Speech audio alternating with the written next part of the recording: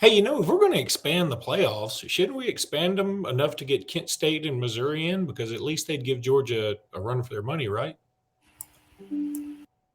Locked On Bama, your daily podcast on the Alabama Crimson Tide. Part of the Locked On Podcast Network, your team every day.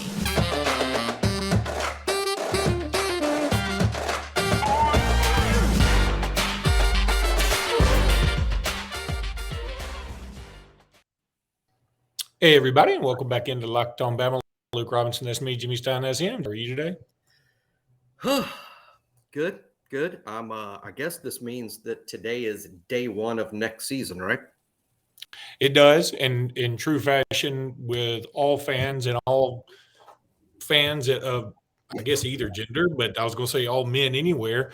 Nobody stops and appreciates what you have right now. Alabama fans have certainly been through that. I've complained about it before. We always wonder what next is going to happen, and we'll talk about that in the next segment in terms of top 25 predictions for next season. Where do we think they got it right and got it wrong? But I think for now, and I think it is to Alabama, we got to talk a little bit about that national championship game last night, which was just an absolute thrashing. I mean, it would have been better. I used to have this saying, and I will refuse to name him because, number one, he's like my Voldemort, but number two, he could probably still beat me into a pulp. I'm not going to say who this offensive lineman was, but I wasn't a big fan. And I always had said I would rather us put a flaming pile of dog crap out there instead of put him out there, because at least if you put a flaming pile of dog crap, the defensive lineman may say, wait a minute, this is weird. Why isn't there a guy blocking me instead of this dog crap? And the quarterback could at least buy another millisecond. As it was that this particular offensive lineman that played for Alabama propelled defensive linemen into the quarterback with great speed and ferocity. But I would have rather seen Georgia play a spring game last night. That was hard to watch. I understand as a Georgia fan, you probably loved it, and I get it, and you deserve all your accolades. Here's where I think, though, it's bad for Georgia. Georgia's not going to ever get the credit it deserves for this particular season. I don't think Bama 2020 or LSU 2019, but it's a dang good season. I could easily say it's probably the third best SEC season I've seen a team have. I could probably say that in the last 25, 30 years. I think I could legitimately say that. But Georgia's not going to get the credit they deserve because they beat up a team that everybody knows is so far inferior to what they were. And I know now everybody's in the debate of, do you deserve to get in? Did they earn it? Should Alabama have been there? Should just about anybody else have been there? Look, I have no problem saying you don't want to put Alabama in because of 2 losses. Fine. I'm that. But here's the problem. We start getting into, I guess we got to let TCU in. And now for the second year in a row, we've let a team in that we know is not good enough. But because their record is what it was, even though TCU didn't win their conference, we go, I guess we got to let them in. I mean, in terms of Cincinnati and TCU, we got to let them in. And what do? Alabama toyed with Cincinnati last year. Toyed with them.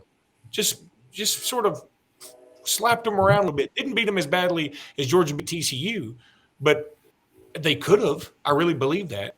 And Georgia just put a beat down on TCU of epic proportions. So I don't know. I just feel like the committee's got to start taking into account, the eye test, because I'm going to tell you some people who hate the eye test. Boy, the eye test last night made me want to gouge my eyes out. A couple things in response to that, generally agreeable as usual. But number one, I don't think that Georgia team, I realize their record and their accomplishment is amazing, and they finish undefeated and crush a team in the national championship game. And that should put them on a list of one of the best SEC teams of all time. But I don't rank them alongside LSU 19 or Alabama 2020 simply because I feel like Georgia was a better team last year. I know they lost a game, but I think last year's Georgia team is better than this year's Georgia team. So for that reason, I'm not going to put them on the list with LSU and Alabama, those particular teams. And secondly, I think there's a simple explanation for what's happened with the committee and why we've ended up with a team that didn't belong this year, and frankly, a team that didn't belong last year, because even though the committee is handed a set of rules that say your job is to pick the 4 best teams for whatever reason on their own or with no thinking forward, it's just flipped from best to deserving. Pick the 4 most deserving teams, because last year Cincinnati deserved inclusion. This year TCU, with just 1 loss, probably deserved inclusion, but they were not among the 4 best. As to who the 4 best are, I don't know. I'm not on the committee. I don't have all the numbers in front of me. I would urge the committee to look at numbers. We do an amazing job these days with analytics and deep dive numbers, and we have to use those numbers because everybody's playing a different schedule. But you got to take the schedule into account, because this deserve thing ends up having nothing to do at all with strength of schedule. See, I thought like the NCAA basketball committee, they're really into strength of schedule. That's a big thing with them. So in this other sport, we've got a committee, and I think we all assume, boy, strength of schedule really means something. Well, it ends up, now that we've got about 9 or 10 years of looking at the precedent, nope. Strength of schedule really means next to 0. What does mean a lot to them, the overarching thing that means everything to this group, is the number that's in the loss column. That's what moves them. That's, if you got a 0, you're in. If you got a 1, you're probably in. If you got a 2, forget it. And at no point do they mention strength of schedule in any of that. And if all you're going to do is look at the number, then why are we paying people to fly into Grapevine and get their expensive hotel and food and $100 bottle of wine stuff that they're doing, which is great. That's what I would do if I was them, frankly. But why are we spending all that money when, if all they're going to do is look at the loss column, there's a kindergarten class in Grapevine, Texas that can do that. They just look at the loss column, and a bunch of 6-year-olds go, oh, this team has a 2, they're out. This team has a 0, they're in. And of all the teams with a 1, maybe we'll line them up based on strength of schedule when that ever happens. But it didn't happen this year. But my whole point is, we flipped from best to deserved, and we have eliminated the idea that playing a tough schedule means anything at all. And my lesson here is, this will drive Alabama fans crazy, because I know you people. I know you people, and I know what you're like. This will drive y'all crazy. But you know what? Based on what we've seen from the committee, playing a tough schedule, right? It's stupid. It's just dumb. It just means, I want to have a more difficult path for my team. I want everyone else to have it simpler than my team. I want to play tough games. I don't care what the rest of y'all are doing. I want to watch Alabama play at Clemson. I don't want to see Alabama play Chattanooga. Well, you know what? I want to play Chattanooga. I want to play them 4 times if I can, because no one's going to care. They only care what's in the loss column. If you play Chattanooga 4 times, not only are you going to beat Chattanooga 4 times, you're going to be healthier for the other games. So, Jimmy, that's a good rant. I want to go ahead and tell everybody about betonline.net, because I want to come back and keep talking about this, especially relative to Alabama. But we need to tell everybody about betonline.net. Betonline.net is where you want to go to get that bet in. Look at the little scroller thing beneath me and Jimmy on the video. Betonline.net, news, odds, and scores. You can find all the latest there at betonline.net. You want to bet on college football? Well, you got to wait a while, but you can do it. You can bet on the NFL playoffs coming up. Go for it. Bet on NBA basketball, college basketball. That's heating up. All that stuff's available at betonline.net. You can do teasers and parlays, and all that stuff is so cool, so easy to pay in, even easier to get paid at betonline.net. And guess what? If you want to, if you're into poker, go play some poker or blackjack or whatever. Betonline.net is where the game starts. You know, and I'm with you. And look, I'm torn about this because I'm trying. It's Locked On Bama. But I'm trying to be unbiased. And I get it that, you know, most people are like, no, Alabama didn't deserve to be there. Okay, that's fair. Take out the fact we lost 2 games on the last play of the game. Well, you could have lost 2 other games. All that's true. I'm not arguing with you. I'm fine with it. But let's put it this way. Wouldn't you have rather Alabama been in there? For 2 reasons. Number one, because I think clearly they would have given a better game. I think Benjamin Russell High School would have given them a better game. But even if you think that Alabama would have been run out of the gym in boat race 2, wouldn't you have enjoyed watching Nick Saban squirm and be upset more so than watching TCU? I'm going to tell you what I felt for TCU. I didn't know who I was really pulling for. I didn't bet on either team. I was kind of hoping for a good game to keep me up. I was like, I have no reason. If this game goes the way I'm afraid it's going to go, I have no reason to stay up and watch it, which is ultimately what happened. But as the game got worse, and it was so clear that TCU was just not even, they're not in the ballpark. They're not in the area code. If they played 10 times, Georgia would beat them 11, because one of the times TCU would be like, we forfeit twice. So what I'm saying is I didn't even enjoy the butt kicking or the SEC thing, because I was like, this is literally shooting fish, not in a barrel, like fish that are already dead. They're already dead. They're hung up on that nail after a fishing trip, and their guys doing like this, with their big fish. And there's somebody just shooting them like point blank range. And, that's where it's kind of different from Alabama's walloping of Notre Dame in 2012. Because some people have said, blowouts have happened there. Or Alabama's humiliating defeat to Clemson in 2018, if you want to go that route. First of all, you knew those were the two best teams. You looked on the field and you're like, there are dudes all over this place. Clemson just beat the brakes off Alabama that night. The 2012 game, Alabama, the lore of this game about Herb Street going, one team doesn't look like another team. And it was still fun, not only because I'm an Alabama fan, but I think even as college football fans who hate Notre Dame and love to see Notre Dame get squashed, they enjoyed that aspect. Nobody really enjoys watching TCU get squashed. Nobody wants to see that. A Georgia fan, when they're playing them, sure.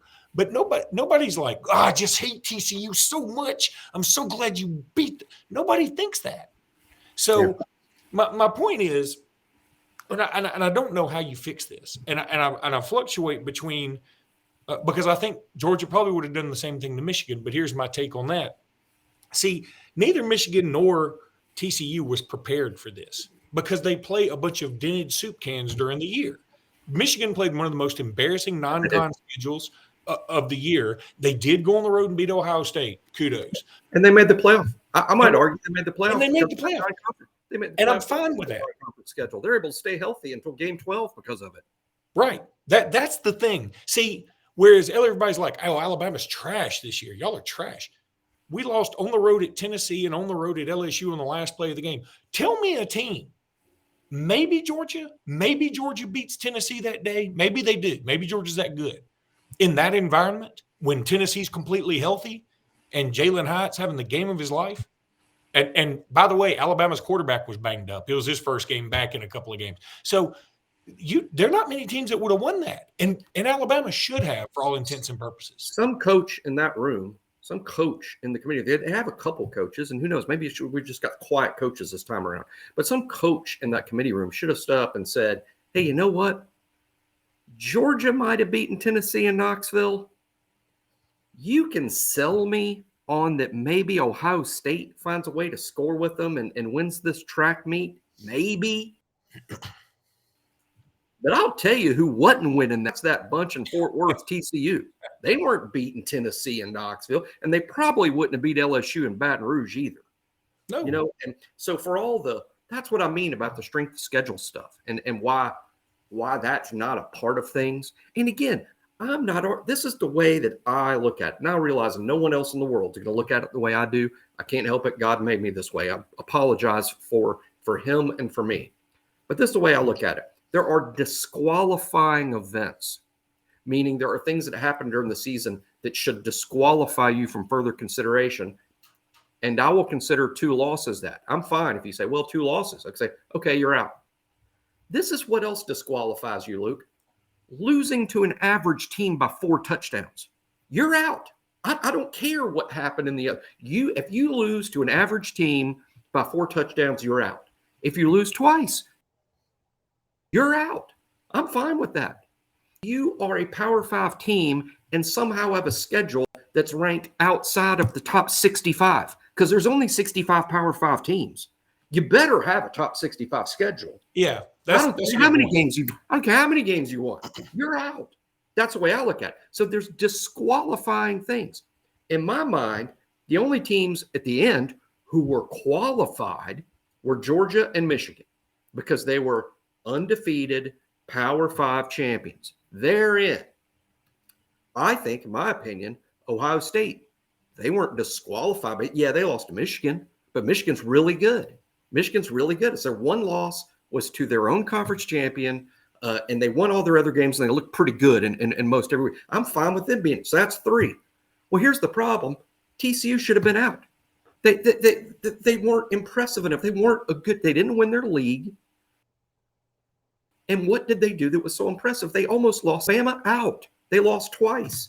Tennessee lost out. They lost to South Carolina by 4 touchdowns. So what I'm saying is there were only 3 teams, and I realize we have to fit in a 4th. So that's what should have been a compelling discussion is, look, we got 3 teams that don't deserve it. We got 3 teams that didn't earn it. We got 3 disqualified teams, but we have to pick one of the 3. And right here on the sheet of paper, it says best.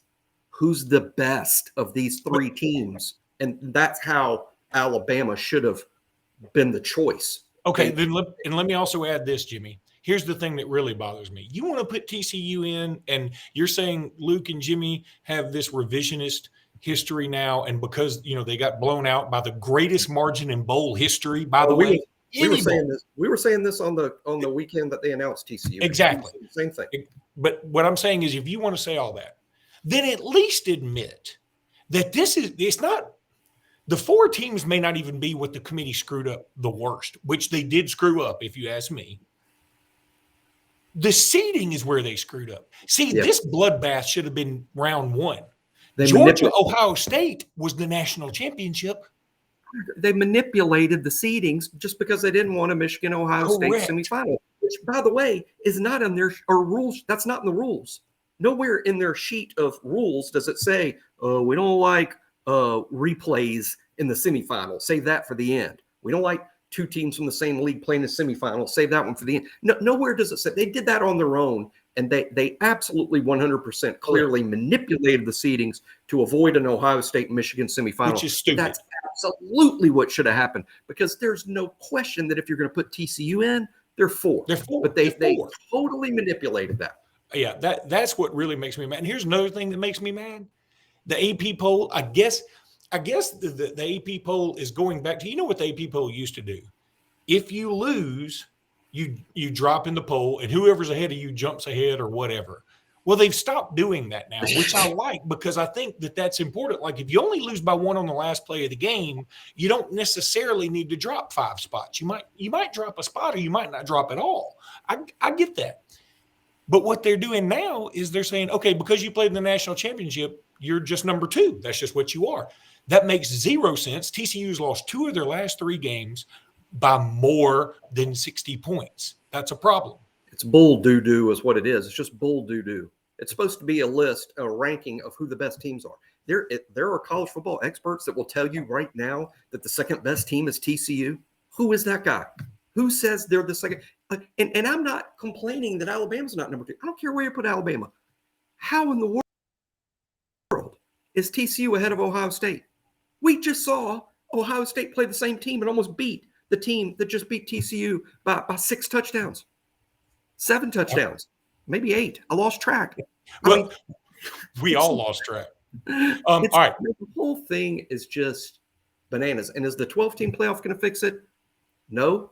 Because here's another thing they're going to do, and I'll start bitching about it right now. They're going to invite the wrong teams again. There's no doubt. And here's the other thing. It's more opportunities for the best teams to get players hurt, which, look, sure. Yeah. Expansion's coming. We got to deal with it. So we'll grant on that more in the offseason. Let's take a break. Losing the best players is huge. And I'm not taking a shot at Georgia, who have absolutely well earned these 2 trophies. I also happen to believe they're holding on to 2 trophies because Jameson Williams got hurt in 1 game and Marvin Harrison got hurt in another game. That's very fair. All right, let's take a break. We'll come back. We're going to talk about some of these way too early top 25s. Okay, so top 25s. And again, I have no problem with this. Georgia starting out at number 1, even though they'll lose Jalen Carter, who declared today. They'll lose Stetson Bennett. They'll lose, let's see who else they lose. They lose Darnell Washington, but that's not that big. I don't think Darnell Washington's not that big a deal. I got in a big thing with a friend of mine today about tight ends. I mean, first of all, I had a couple of friends on this group text, and they were just like, it's time we need to get rid of this California boy, Bryce Young, and we need to start throwing to the tight ends more. And we need to, and I said, whoa. Bryce Young is probably the best player in Alabama history. If you don't agree with me, that's fine, but he's at least top 5. We don't have tight end. I know everybody has a love affair with tight end. You and I have talked about this before, and that's certainly understandable because we always have a love affair with the unknown, and tight ends have always kind of been unknown at Alabama for the most part. But you know what? I mean, somebody was like, yeah, we need a Brock Bowers. Everybody needs a Brock Bowers. He's a freak of nature. He's the Randy Moss of tight ends. He's not the norm. Nobody's ever seen what this guy can do. He's bananas. He's probably the best player in the country. I mean, he's just unreal at his position. And the next tight end Georgia has ain't going to be close to Brock Bowers. So let's go ahead. We'd love Brock Bowers. But what I really want, I'll tell you what I'd rather have before I have a super duper tight end. I'd rather have a dog at wide receiver. I'd rather have a Ruggs, a Devontae I love Smith. Brock Bowers, but I'd take Marvin Harrison over Brock Bowers all day long. And I love Brock. Best tight end we've ever seen. I'm with you. I just wanted us to be on the same page there. I'm on the same page. Number 2 is Ohio State. Now, again, very fair. Number 1, I like that you factor in schedules with this thing. Now, they do go on the road to Notre Dame, but they'll beat them. They do lose C.J. Stroud, who we assume is going to announce, but they bring in a very nice class again, and their schedule isn't as hard as Alabama's. By the way, Georgia's schedule is a complete joke. That should knock points from them when it comes time to seeding. But the problem with that is it just gives Kirby Smart more fuel to the fire. When they're it again gets back to my point in my earlier rant about strength of schedule. Georgia's schedule is almost impossibly easy for an SEC team. I look at that and I'm like, how is an SEC team playing the schedule? But secondly, it gets back to my point because, Luke, when Georgia finishes 12-0 against that schedule, is anyone in the world going to even question whether they should be included in the playoff field? No. And that's my point. We've got to stop scheduling these big-time teams. I know they're fun trips. Here's a funner trip to the playoff. That's true. More fun. That's more fun than a game at Texas or a game at Wisconsin or a game at Oklahoma or wherever the heck that Nick and Greg Byrne dream up these trips. That they're just not. They're pointless. Giving us a harder road for the sake of having a harder road. You know what the most fun trip would be? We already have a harder road because nobody likes us. The most fun trip for you would be a trip to grammar school because there is no such word as funner. Anyway, grammar school, that sounds funner. Grammar, I don't even know her. All right, Michigan at number 3. I'm like, okay, now my head's hurting, guys. Okay, you want to reward Michigan because they made the playoffs or whatever, and they beat Ohio State, and that's fine. Oh my God, they just lost to the team that lost by 58 to Georgia. I just don't. I don't understand that at all. But okay, whatever. Florida State at 4. Again, it doesn't make my head hurt as much. I could almost understand Florida State at 3 over Michigan. But they bring back a lot of folks. Every year the kids school, there's an in vogue school to be high on, and it will be Florida State in this offseason, people. If you don't like it, you're just going to be prepared. Florida State will be everyone's dark horse. And if it's everyone's dark horse, it's not really a dark horse anymore, but they will be everyone's dark horse. If Danny Cannell's Florida State Seminoles start out in the top 5, Danny Cannell will have several people calling police stations saying there is a grown radio host running naked, covered in honey through my neighborhood for no reason. What that Danny Cannell and Florida State's going to do to me, Luke, that first weekend, LSU versus Florida State. At Orlando. They're both going to be top 10. I'm going to pull for LSU in that game like my brother is the quarterback. I'm going to pull for LSU the same way my grandfather, who was a dentist, used to pull my teeth. I don't know what that means, but I take it you're for LSU too. Yeah, I'm for LSU. Anyway, Alabama at 5. Okay. I mean, hey, look, I'm fine with it. David Pollock, you spit in Nick Saban's face right on national TV. That's fine. Literally did. Put us at number 5. I'm with it. I'm down with it. I wish we were 20, to be honest.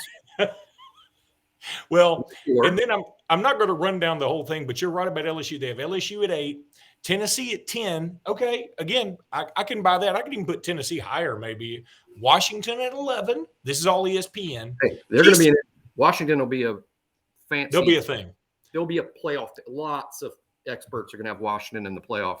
By the way, bold take by me. I think I've mentioned on the show next year.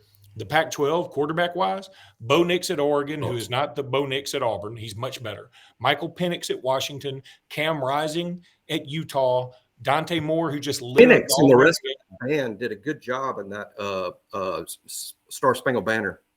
Wasn't that Penix?